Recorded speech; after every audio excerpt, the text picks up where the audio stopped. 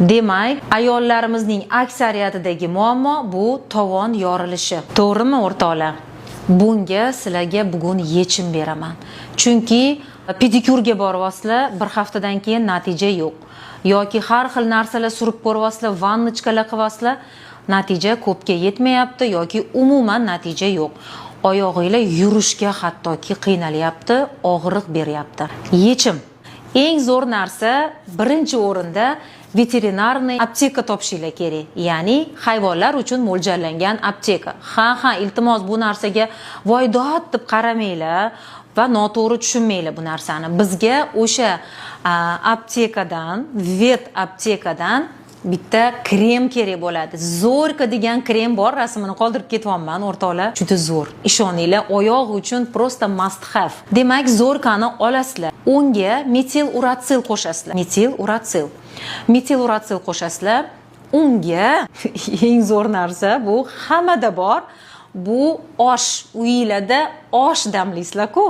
O'sha oshni yog'ini sal ko'proq qilib damlanglar va oshni yog'ini ajratib olinglar. Oshni yog'ini ajratib olib, mana shu massaga qo'shasizlar va krem tayyorlaysizlar, o'rtoqlar. Ishoninglar, super krem bo'ladi prosta. Va mana shu tayyor bo'lgan kremni bitta idishda olib qo'yinglar.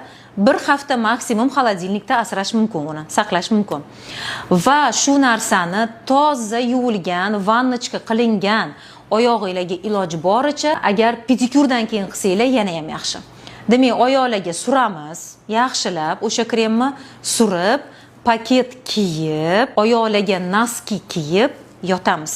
Ertalabgacha bu narsa turishi kerak. Qarabsizlarki, 2 haftada bu muammodan butun umrga xalos bo'lasizlar. Butun umrga, ishoninglar. Faqat muntazam 2 hafta davomida qoldirmasdan qilish kerak, o'rtoqlar. Kunduzi yuvib tashab, artib tashab, ishingizga ketaverasizlar. Faqat buni kechasiga qilasizlar. Bilaman, juda ham foydali ma'lumot, juda ham kerakli ma'lumot.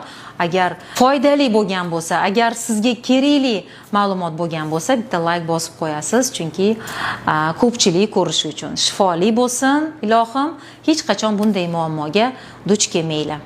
Sog' bo'linglar.